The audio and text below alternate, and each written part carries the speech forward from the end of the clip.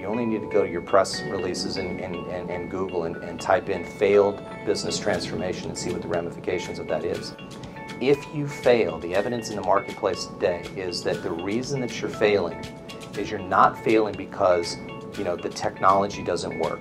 You're not failing because the business processes are the wrong business processes.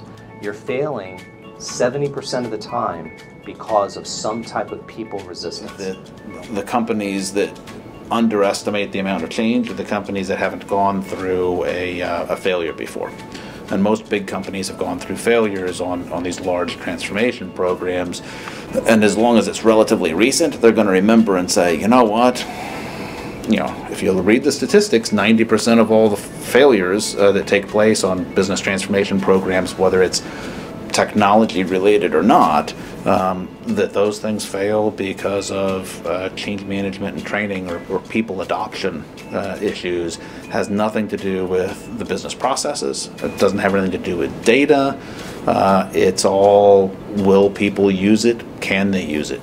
Because business is reeling from all these changes that are going on and the fact that it really is a conundrum how to deal with them, we're seeing clients now when we're doing major pitches who say, I know you can stand up the technology. Got it. I know you can do that. I've got 10 other competitors who can do that. How are you going to help me deal with these people issues? How are you going to get the people ready to do it? If I have to handle large-scale people displacements, how am I going to be able to do that? I'm looking for the partner who can help me do that in addition to the technology. So I think the time has never really been better for growth and for playing a very meaningful role. And so if you look at all the failed projects, these 70% of programs that are failing for those reasons, what's the real outcome of that?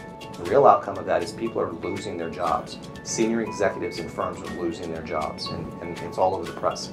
Systems integrators are being sued by the millions for failed implementations. And those failed implementations, when you look at the root cause, again, it's not technology and process, it's people-related issues, right?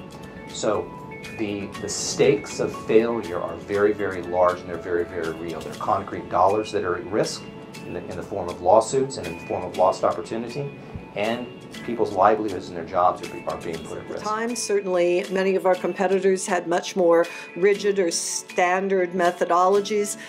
So we were taking a different approach and saying we've got a framework, we've got a toolkit, we've got a lot of expertise, but we don't want to deliver the same program to every client because each client's change challenge is something different. Even if they're implementing the same module of SAP, for example, the surrounding environment is different, the corporate culture is different, the business is different. So why do they want my last client's change program?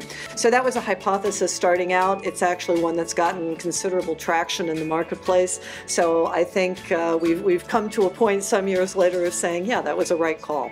So when you think about these big business transformations, taking change management and taking the people aspect of that business transformation seriously and putting it at the forefront of the conversation, one is absolutely critical, and two, it's a clear differentiator in how Infosys Consulting is bringing our message to the marketplace.